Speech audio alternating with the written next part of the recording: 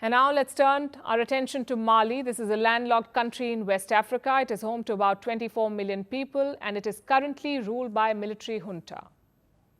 About 4 years ago, the junta seized power in back-to-back coups. It built stronger ties with Russia.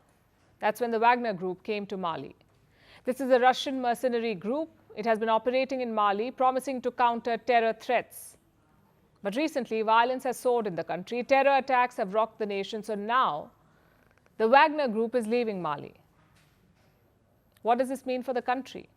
And what does it mean for Russian influence in this region? Here's a report. It has been more than 3.5 years. The Wagner Group has persisted in Mali. But now, a shift is underway.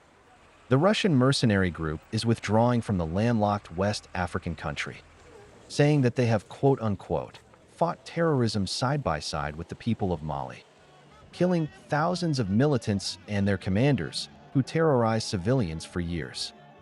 But how true is this? Mali has been grappling with a militant Islamist insurgency for more than a decade. In 2012, militants swept Mali. They took over major cities, and violence ensued. They were driven out the following year.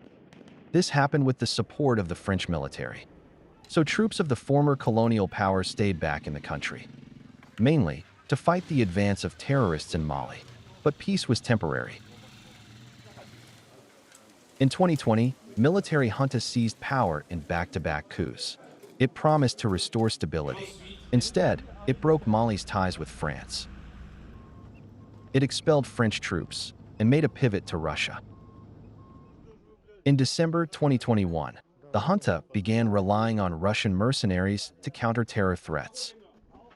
The Wagner Group was deployed in Mali. Since then, it has been accused of regularly committing abuses against civilians. And in recent weeks, there has been a resurgence of terror attacks on military bases in the country. Earlier this month, twin attacks by Islamist terror groups shook Mali. More than 30 soldiers were killed. So amid heavy losses from deadly attacks and allegations of civilian abuses, the Wagner Group reputation has taken a hit. And now, it is leaving Mali. But this does not mean that Mali will be without Russian fighters. Russian mercenaries will remain in the country under the banner of Africa Corps. This is a separate Kremlin-backed group. It was created after Wagner founder Yevgeny Prigozhin led a failed mutiny against the Russian military in 2023. The Africa Corps will remain in Mali, along with Russian security advisors. So it is expected that there will be a shift in focus, from fighting towards training the junta. And Mali is not an isolated case here.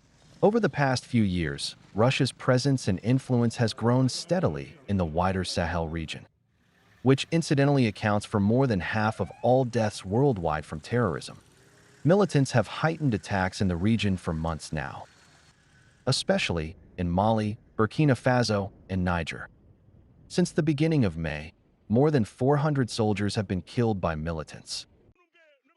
At the same time, Russia and its allied forces have increased their military, political, and economic influence in West and Central Africa, especially in Mali, Central African Republic, and Equatorial Guinea. This week, Russia has said that it is working to further enhance the ties as Western powers retreat from the region. Moscow is keen to step into the vacuum amid rising political instability and violence. So Wagner's departure is not a signal to an end of Russian influence in Mali. It is merely the end of a chapter.